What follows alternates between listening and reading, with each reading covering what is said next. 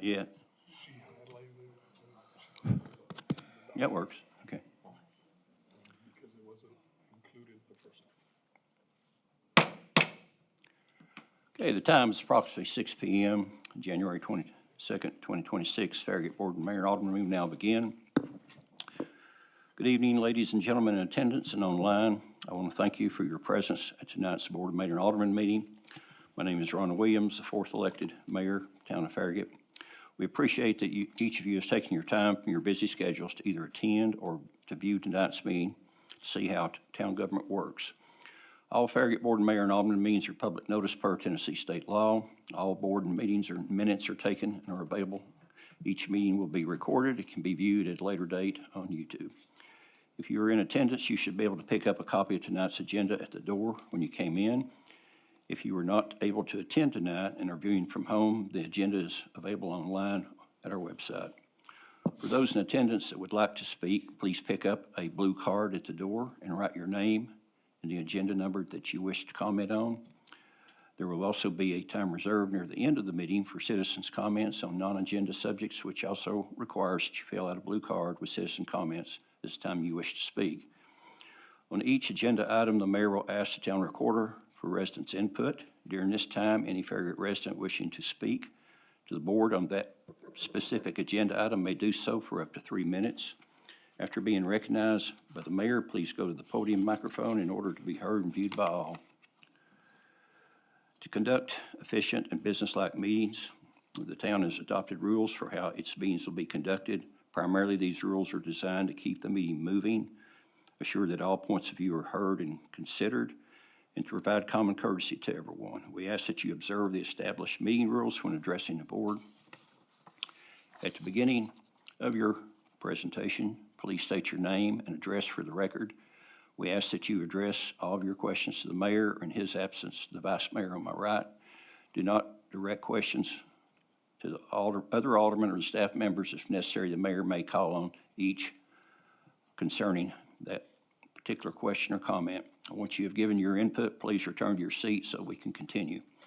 We ask that every speaker avoid the use of improper language, profanity, or other inappropriate conduct and address issues, not individuals or personalities. Speakers should strive to avoid redundancy and should have their own original viewpoints.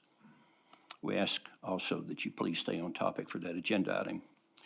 We'll start tonight's meeting with a roll call vote by our town recorder for a quorum. Alderman Burnett. Here. Alderman Kane. Here. Alderman LaCroix. Here. Vice Mayor Meyer. Here. And Mayor Williams. Mayor Williams here. Thank you. We do have a quorum. Now please join me by standing for a silent prayer in honor of our veterans, followed by the Pledge of Allegiance to our country's flag, led tonight by Alderman LaCroix.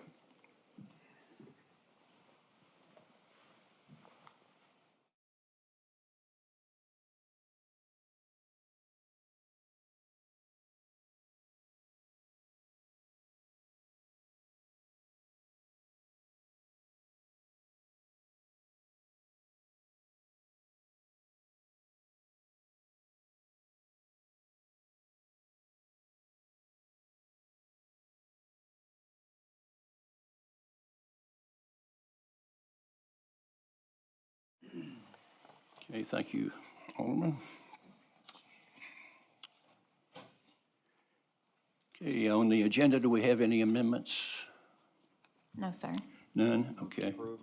Second. Okay. If in favor of approval, please say yes. Yes. Any noes? Okay, let the record show the December 11th, 2025 agenda has been approved as requested. Okay, next we will go to approval of the October 9th minutes.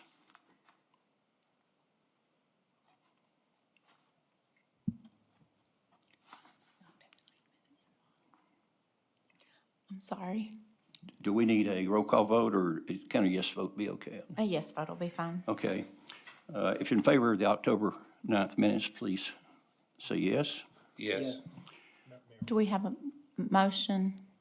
I move to approve. Second. Okay.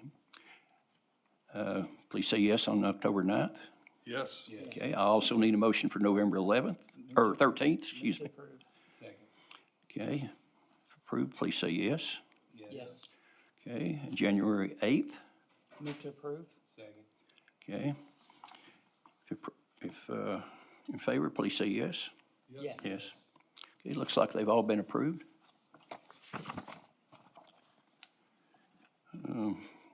Okay, any amendments to our minutes for tonight? None? Okay, if in favor, please say yes. Yes. Okay.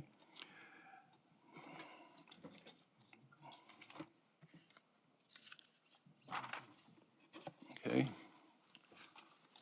Next will be a proclamation for National Red proclamation presentation to be read tonight by Alderman Drew Burnett.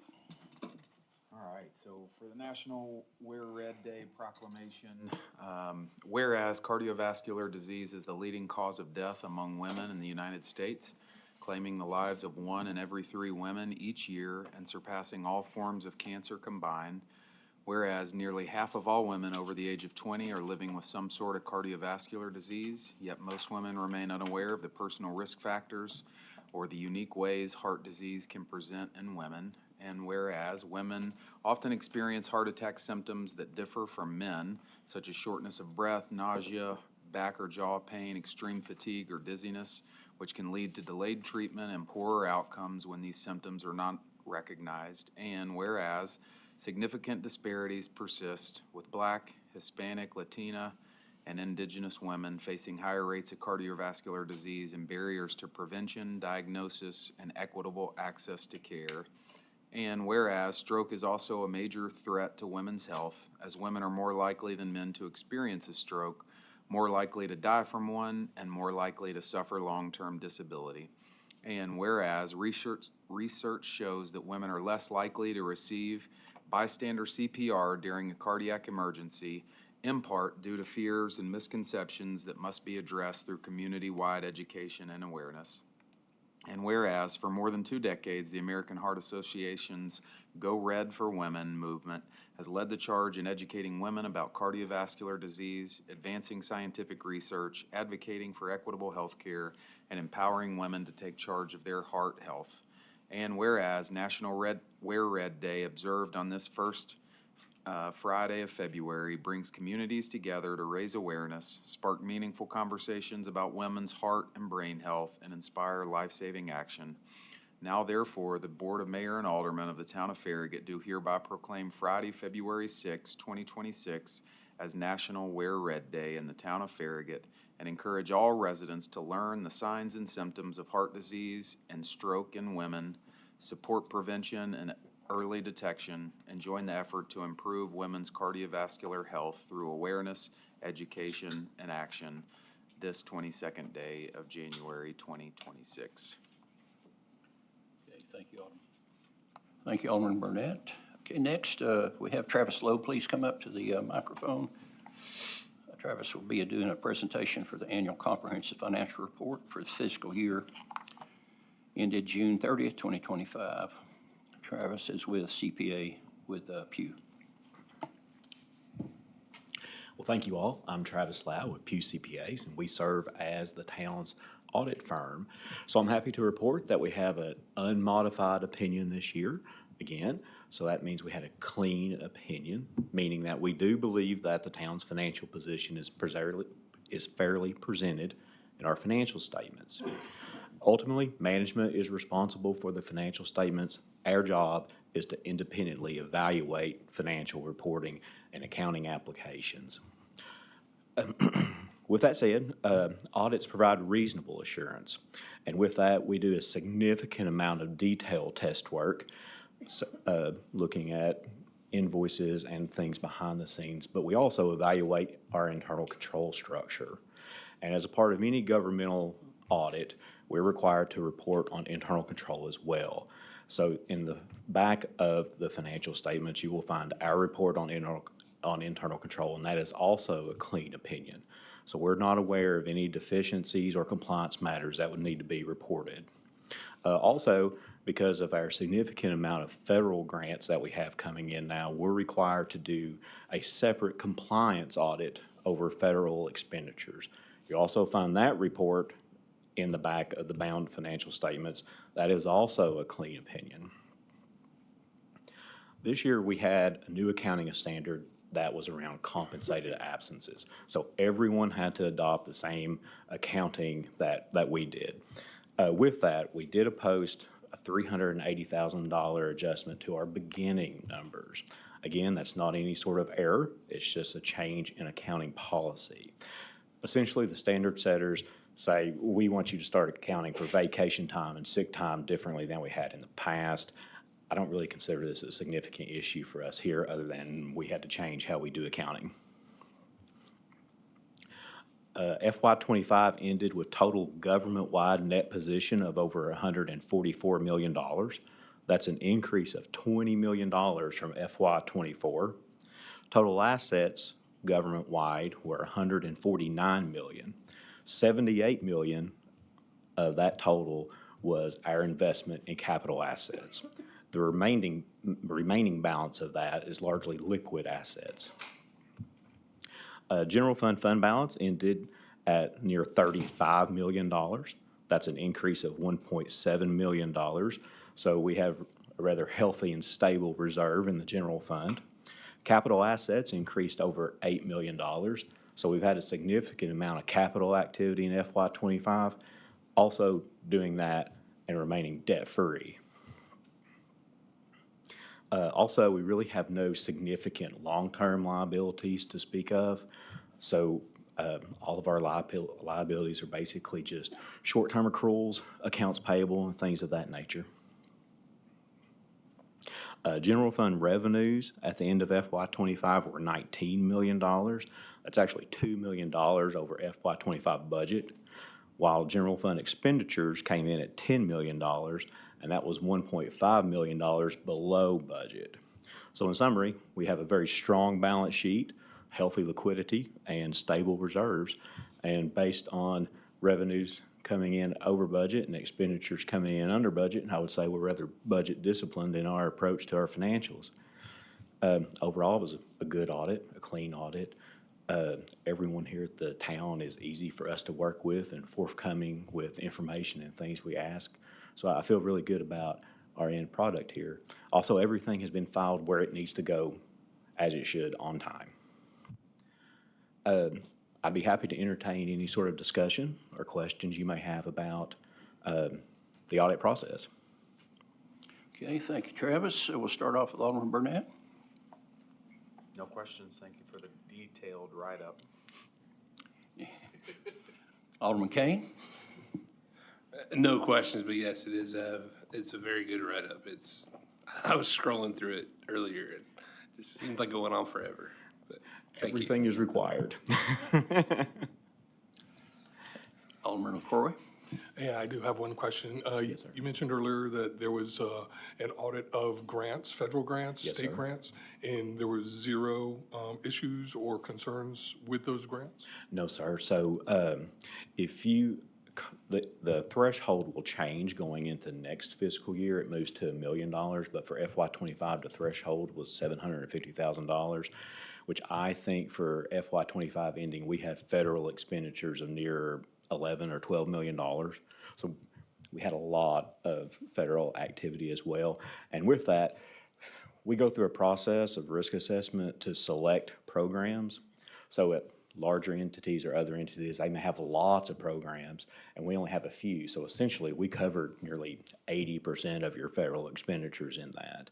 And we did not find any sort of deficiencies in that as far as like compliance with federal guidelines or reporting back to the federal government or the state government.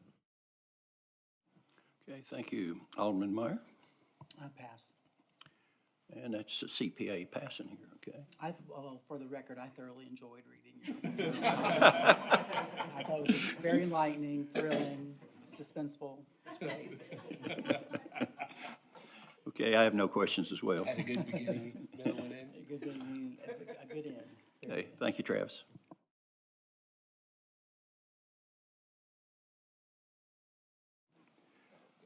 Okay, next we will do reports. Alderman Burnett, you're up.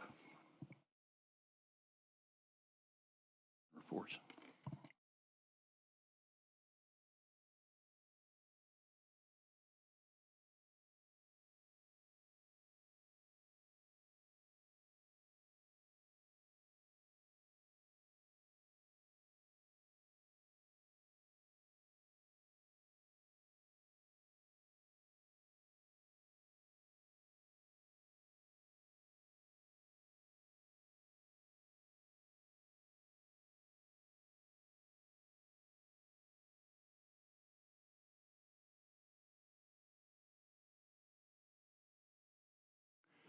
Okay, thank you, Alderman Burnett. Alderman Kane?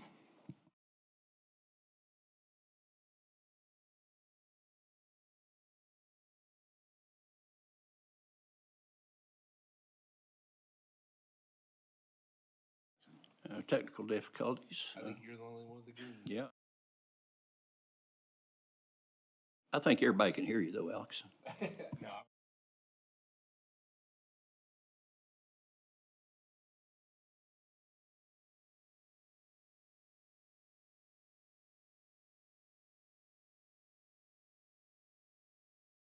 Okay, thank you, Alderman Meyer. Pass. Okay, I don't have anything now as well, so we'll move on to ordinances. Oh, I'm sorry, Joe. I didn't think you had anything, but go ahead. I do.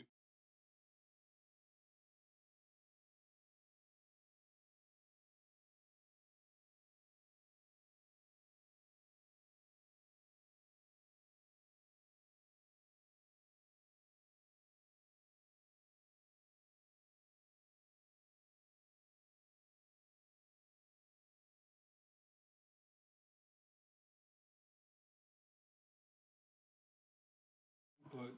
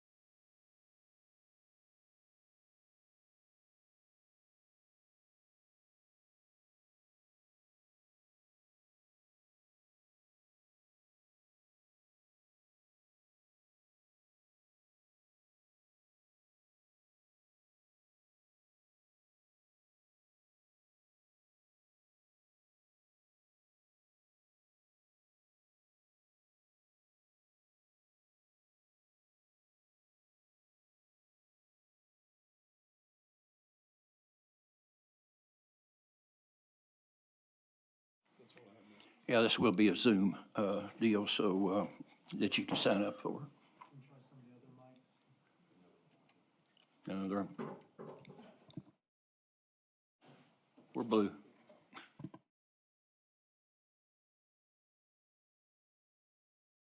Okay, we're going to take a break. Let them work on these things. So Mark, I'll get you to you in a minute.